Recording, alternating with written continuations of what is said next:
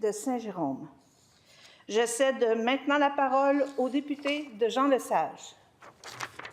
Merci beaucoup, Madame la Présidente. Je voudrais commencer en déposant une motion de grief qui se lit comme suit. Que l'Assemblée nationale blâme le gouvernement de la Coalition Avenir Québec et son ministre de l'Éducation pour son budget 2025-2026 qui n'est pas à la hauteur des défis énormes du système d'éducation qui mettent à mal la réussite des élèves tels que la pénurie de main-d'œuvre, la vétusté des écoles et le système à 3 vitesses à l'origine de la ségrégation scolaire. Je vous remercie, Madame la Présidente. Alors, voici ma motion déposée.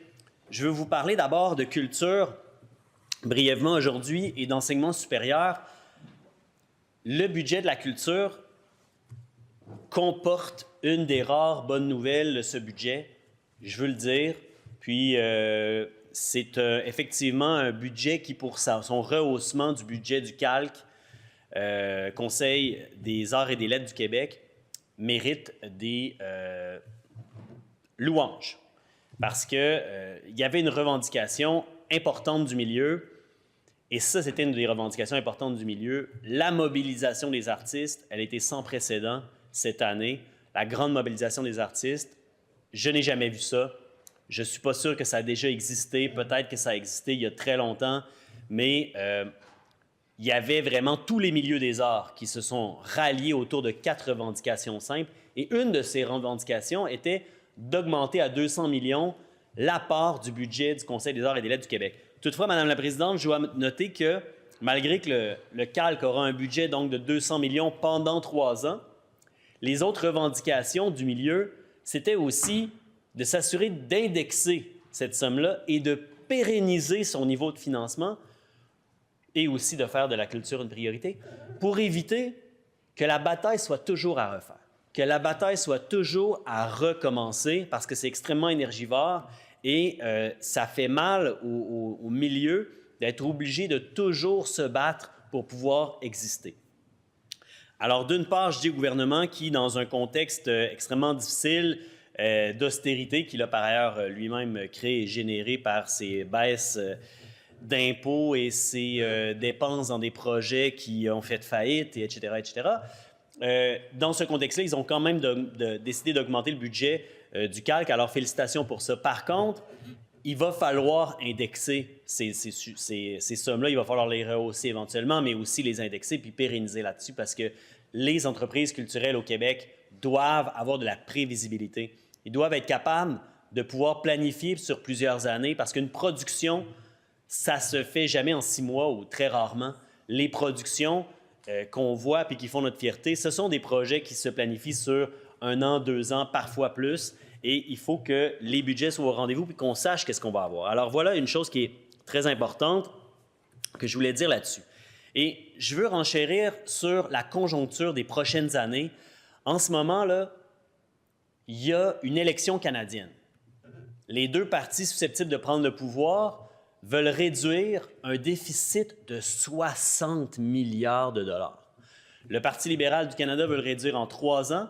Puis le Parti conservateur, je ne suis pas certain qu'ils ont mis une date, mais je serais bien étonné qu'ils s'engagent à le réduire plus lentement que le Parti libéral parce que c'est essentiellement leur marque de commerce de vouloir faire ça le plus vite possible, réduire le déficit. Alors imaginez le contexte dans lequel le Québec va se retrouver dans les 3 prochaines années où il y aura une réduction des budgets du Canada de 20 milliards par année, mettons à peu près, s'ils le répartissent également. Imaginez ce que ça va vouloir dire en coupure dans les services qui sont donnés au Québec. Et pensez-vous sérieusement, mesdames et messieurs, là, ici les collègues, là, que la culture ne va pas passer à la trappe? Moi, je pense que la culture québécoise et son financement fédéral, le financement fédéral est en danger. Il sera fort vraisemblablement victime de coupures. Et à ce moment-là, il va falloir que le gouvernement du Québec prenne le relais.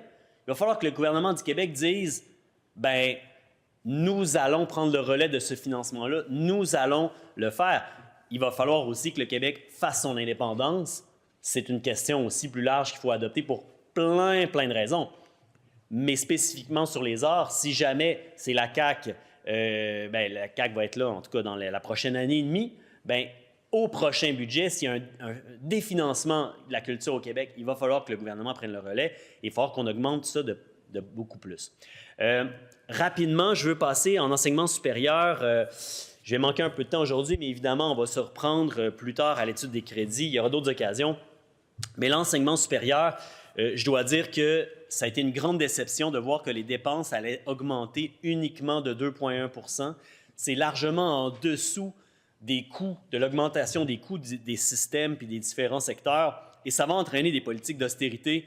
Il y a déjà eu beaucoup d'austérité en enseignement supérieur, autant au niveau collégial qu'universitaire. Et là, moi, j'en reviens pas qu'on s'enligne vers plus d'austérité encore.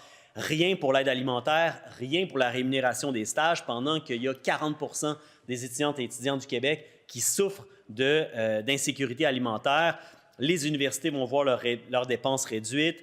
Il y a eu des coupures de 250 millions pour les bourses perspectives et seulement 45 millions sont remis en aide financière aux études, donc beaucoup, beaucoup moins que ce qui a été enlevé. On se demande comment les étudiantes ils vont y arriver. Et ce qui est dramatique là-dedans, c'est qu'au moment où on est dans une pleine guerre tarifaire, où notre économie va être bouleversée, on n'aura plus que jamais besoin de requalifier des gens dans d'autres secteurs de façon rapide et efficace, comme le savent faire les cégeps, la formation continue, les universités.